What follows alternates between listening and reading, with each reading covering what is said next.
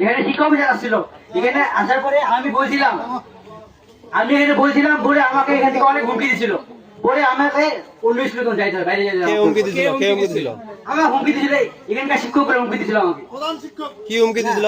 হুমকি দিছিল যে তুমি এগুলো কথা কেন বলবা, অমুক তো আরো হুমকি দিছিল অনেক কিছু।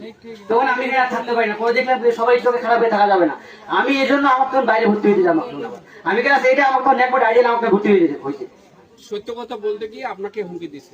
আমার হুমকি ছিল যে এই যে একজন হচ্ছে ম্যাডাম, উনি হচ্ছে কাজী স্যারের বউ, উনি আমার প্রচুর হুমকি দিছিল।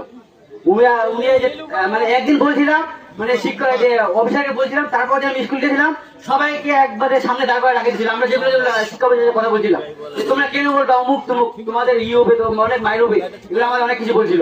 পরে পরে ওই ম্যাডামের নাম নিরু ম্যাডাম। পরে আমরা এখানে আর আমি দেখলাম যে এখানে আমার সবাই একটা চোখে বিষয় হয়ে গেছি। পরে আমি এখানে থাকতে পারি নাই।